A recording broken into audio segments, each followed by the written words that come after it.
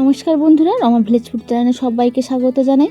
আজকে তোমাদের সঙ্গে শেয়ার করতে চলে এসেছি তোমাদের সবার প্রিয় একটি রান্না, আলু দিয়ে পাতলা করে মুরগি মাংসের ঝোল। রেসিপিটি স্কিপ না করে কেউ শেষ পর্যন্ত দেখার অনুরোধ রইল বন্ধুরা। সম্পূর্ণ সিম্পল পদ্ধতিতে আমি রান্না করব। এই রকম রান্না কিন্তু গরমের দিনে খেলে খুবই শরীর ভালো থাকে। এই রেসিপিটি শেষ পর্যন্ত দেখে তোমরা বাড়িতে একবার ট্রাই করে এইভাবে রান্না করে দেখতে পারো। খেতে কিন্তু অসম্ভব টেস্ট হয়। এইরকম হালকা পাতলা ঝোল খাওয়া শরীরের পক্ষে খুবই স্বাস্থ্যকর বন্ধুরা। তো চলুন বন্ধুরা রেসিপিটি শুরু করে দিই। মুরগি মাংসের ঝোলের জন্য প্রথমে আমি এখানে আলু কেটে নিয়েছি। আমার যতটা পরিমাণে আলু লাগে আমি ততটা পরিমাণে নিয়েছি, তোমাদের যতটা লাগবে ততটাই তোমরা নেবে। ওগুলোকে খোসা ছাড়িয়ে আমি ধুয়ে নিয়েছি। এরপরে লবণ ও হলুদ পরিমাণ মতো দিয়ে মাখিয়ে নিতে হবে। এরপরে ঝোলের জন্য একটা মশলা তৈরি করে নিব।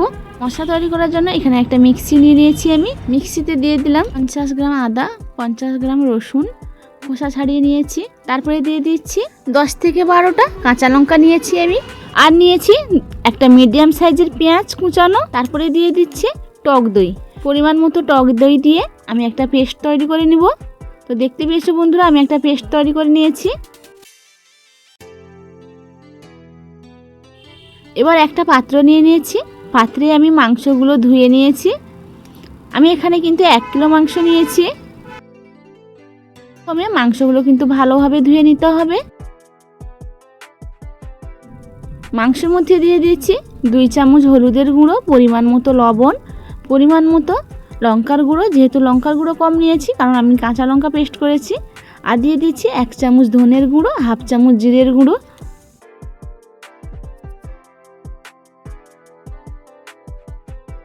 তারপরে দিয়ে দিব খানিকটা সরিষার তেল।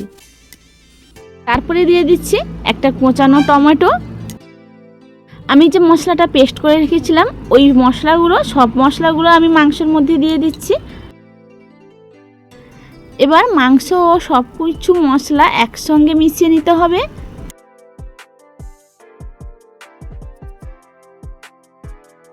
হাতে খানিকক্ষণ সময় নিয়ে মশলার সঙ্গে মাংসগুলো মিশিয়ে ম্যারিনেট করে রেখে দিব ঢাকা দিয়ে 15 মিনিট মতো। মাংসটা কিন্তু আমার ম্যারিনেট করা হয়ে গেছে। আমি এবার একটা ঢাকা দিয়ে এক সাইডে সরিয়ে রেখে দিচ্ছি বন্ধুরা। অপরদিকে উনানে কড়াই বসিয়ে দিয়েছিলাম, কড়াইটা গরম হতে দিয়ে দিচ্ছি সয়াবিন অয়েল। এরপরে আলুগুলো আমি যে নুন হলুদ মাখিয়ে রেখেছিলাম ওইগুলো ভেজে নিচ্ছি।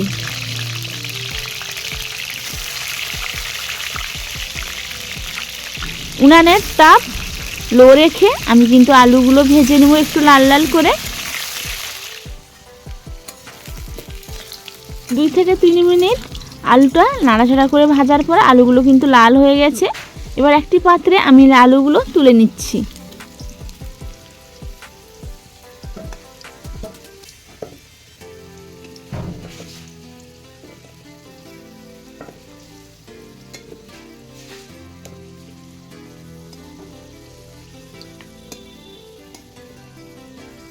সব আলুগুলো তুলে নিয়েছি। অবশিষ্ট যে তেল বেঁচে গেছিলো তারই মধ্যে দিয়ে দিচ্ছি 2টো মিডিয়াম সাইজের কোচানো পেঁয়াজ, আর দিয়ে দিচ্ছি 3 থেকে 4টে কাঁচা লঙ্কা, আর দিচ্ছি একটা তেজপাতা। তার সঙ্গে দিয়ে দিচ্ছি বাড়িতে গুঁড়ো করে রাখা এলাচ, লবঙ্গ, দারচিনি 1 চামচ দিয়েছি।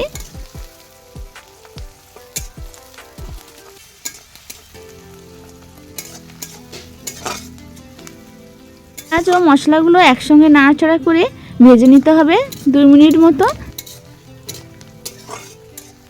বন্ধুরা পেঁয়াজটা কিন্তু আমি 2 মিনিট মতো ভেজে নিয়েছি। আর ভাজার পর তোমরা দেখতেই পাচ্ছ কিন্তু পেঁয়াজটা কিন্তু হালকা বাদামি কালার হয়ে এসছে। অপরদিকে ম্যারিনেট করা মাংসগুলো ঢাকা খুলে সেই মশলার মধ্যে দিয়ে দিতে হবে।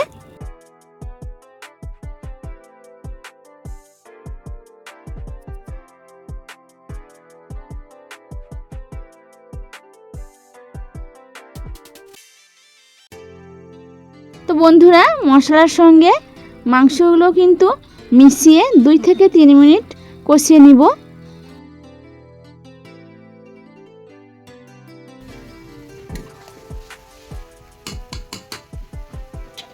মাংসগুলো কিন্তু 1 থেকে 2 মিনিট নাড়াচাড়া করার পরে অনেকটাই জল বেরিয়ে পড়েছে। এরপর আমি একটা ঢাকা দিয়ে দিব।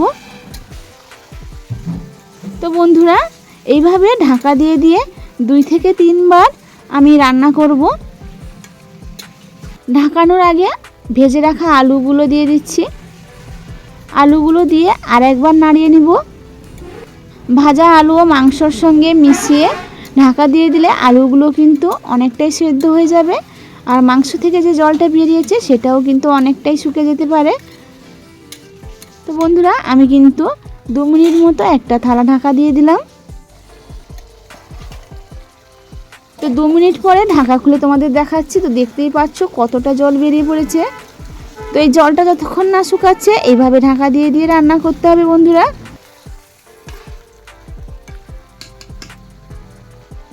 আবারও একবার নাড়াচাড়া করে আবারও ঢাকা দিয়ে দিলাম। তো মাংস কষানো হোক। তো বন্ধুরা তোমরা কে কোত্থেকে দেখছো আমাকে কমেন্টে অবশ্যই জানাবে। তোমাদের একটা কমেন্ট পরবর্তী ভিডিও বানাতে আমার কিন্তু খুবই উৎসাহ জাগায়। আর যে সকল বন্ধুরা আমার চ্যানেলটিকে এখনও সাবস্ক্রাইব করোনি, আমার চ্যানেলটিকে সাবস্ক্রাইব করে আমার পাশে থাকার অনুরোধ রইল। আমার এই রেসিপিটি শেষ পর্যন্ত দেখে কমেন্ট করে জানাবে কেমন হয়েছে আজকের রেসিপি যদি বন্ধুদের ভালো লাগে তাহলে বন্ধুদের মধ্যে শেয়ার করে দেওয়ার অনুরোধ রইল। তারই সাথে একটা কমেন্ট ও লাইক করে যাবেন। আর রেসিপিটি এইভাবে বাড়িতে একবার ট্রাই করে দেখবেন। তো বন্ধুরা 2 থেকে 3 বার ঢাকা দিয়ে দিয়ে কষানোর পর এখন কিন্তু আমার পুরোটাই জল শুকে গেছে। তোমরা দেখতেই পেয়েছো মাংস থেকে যতটুকুন জল বেরিয়েছিল সবটাই কিন্তু শুকে গেছে। আর মশলা থেকে কিন্তু তেল ছেড়ে দিয়েছে, দেখতেই পেয়েছো বন্ধুরা মশলা থেকে কিন্তু তেল অনেকটাই ছেড়ে দিয়েছে। তো এরপর কিন্তু আমার পুরোটাই রেডি হয়ে গেছে। এরপর দিয়ে দিব পরিমাণ মতো জল। বন্ধুরা লবণটা কিন্তু যে যার স্বাদ মতো চেক করে নেবেন। কিন্তু এটা একটা পাতলা ঝোল করব, সেই জন্য আমি একটু জলের পরিমাণটা বেশি দিয়েছি। তো তোমরা কিন্তু তোমাদের পরিমাণ মতো জল দিবে বন্ধুরা। আমার কিন্তু মাংস আলু সব কয়টা কিন্তু সেদ্ধ হয়ে গেছে কষাতে কষাতে। তো আমি অল্প পরিমাণ জল দিয়ে একবার নাড়াচাড়া করে আবারও 2 থেকে 3 মিনিট ফুটতে দিব।